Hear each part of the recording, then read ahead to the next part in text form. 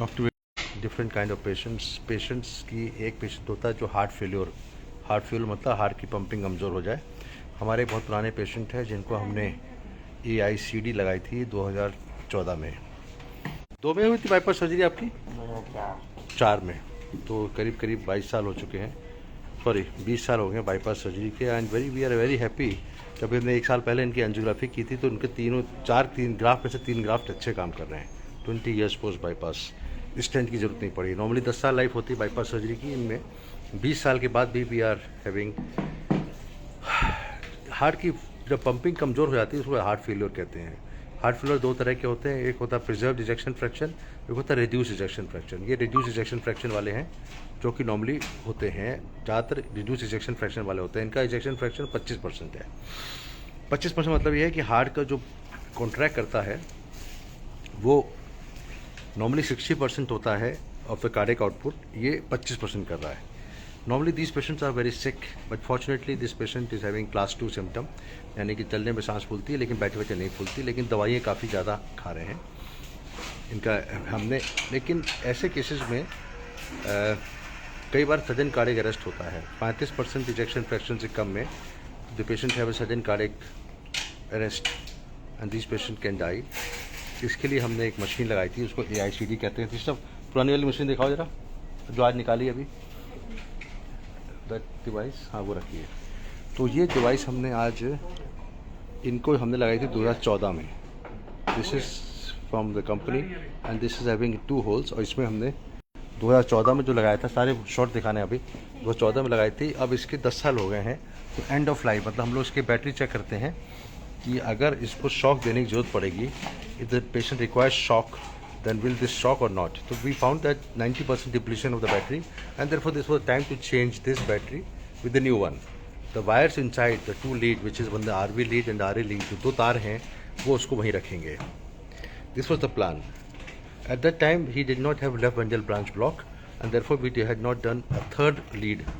तीसरी लीड का क्या है, इसका रहस्य ये है, it's not mystery, it is actually a science, that when you have a left bundle branch block in ECG, then it is better to put CRTT combo device. Combo device का मतलब होता है the combination of AICD जो कि shock machine and another lead which goes into the left ventricle area and helps in resynchronization. Resynchronization मतलब जब heart कमज़ोर होता है तो हार्ट के जो हिस्सा जो नॉर्मली चारों हिस्से एक साथ कॉन्ट्रैक्ट करें और चारों हिस्से एक साथ डायलेट करें, वो नहीं हो पाता है। तो इसमें क्या होता है, कुछ हिस्सा लेफ्ट वेंट्रिकल का बाहर जाता है तो उसमें कुछ हिस्सा अंदर जाता है, तो उसको कहते हैं डीसिंक्रोनाइज्ड लेफ्ट वेंट्रिकल। उसको रीसिंक्रोनाइजेशन मतलब है कि एक लीड लगा के हम वो लगातार उसको फायर करती है तो एक साथ सारे हिस्से कॉन्ट्रैक्ट करते हैं, तो इजेक्शन फ्रैक्शन जो 25% है उसके बढ़ने के चांसेस हो जाते हैं। दिखाना जरा वो दो, ये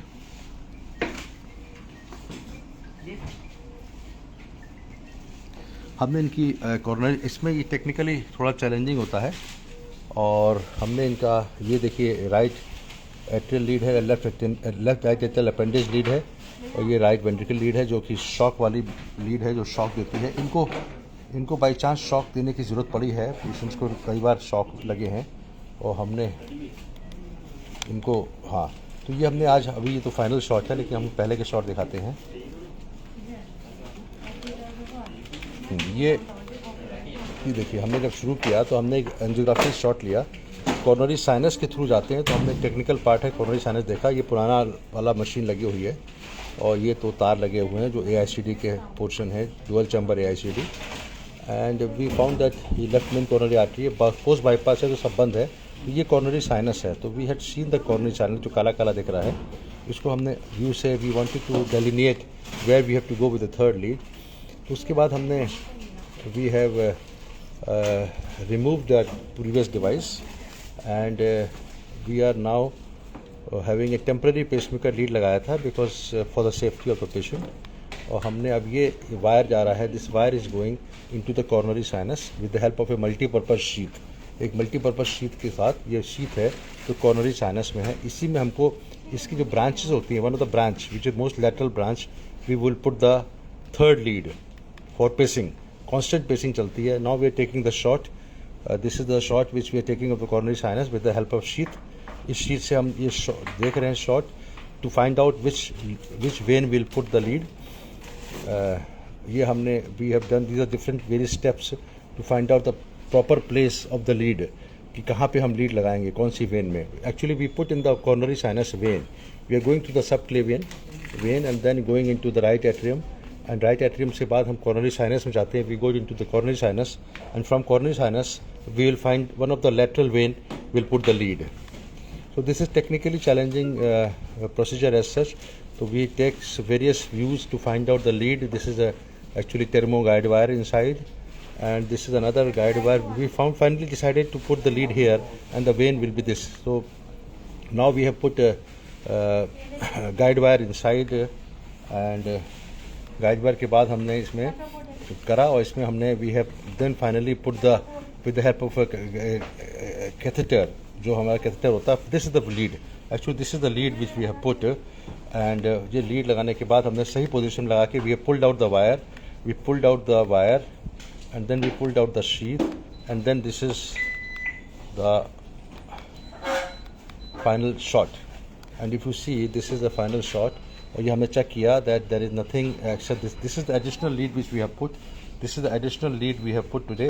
these two leads were already there, ये पहले से थे, और हमने अब इसके बाद ये एडिशनल लीड लगाई है लेटरल वेन में. And this is now the biventricular pacemaker combo device with the help of this.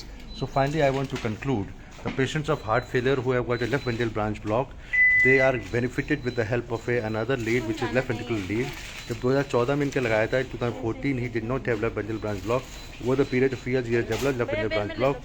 So when we were removing this previous device, because it was end of life, we thought we will upgrade it. So we have utilized those two leads, RV lead and right atrial lead of the before, and एक extra lead लगा दी जो left ventricle में through the coronary sinus. And now we have changed the battery, the device, with the new device. The old device we have removed. This you can see the old device which is there. We have removed this device, matlab battery. This device has been removed. Finally, a successful biventricular pacing,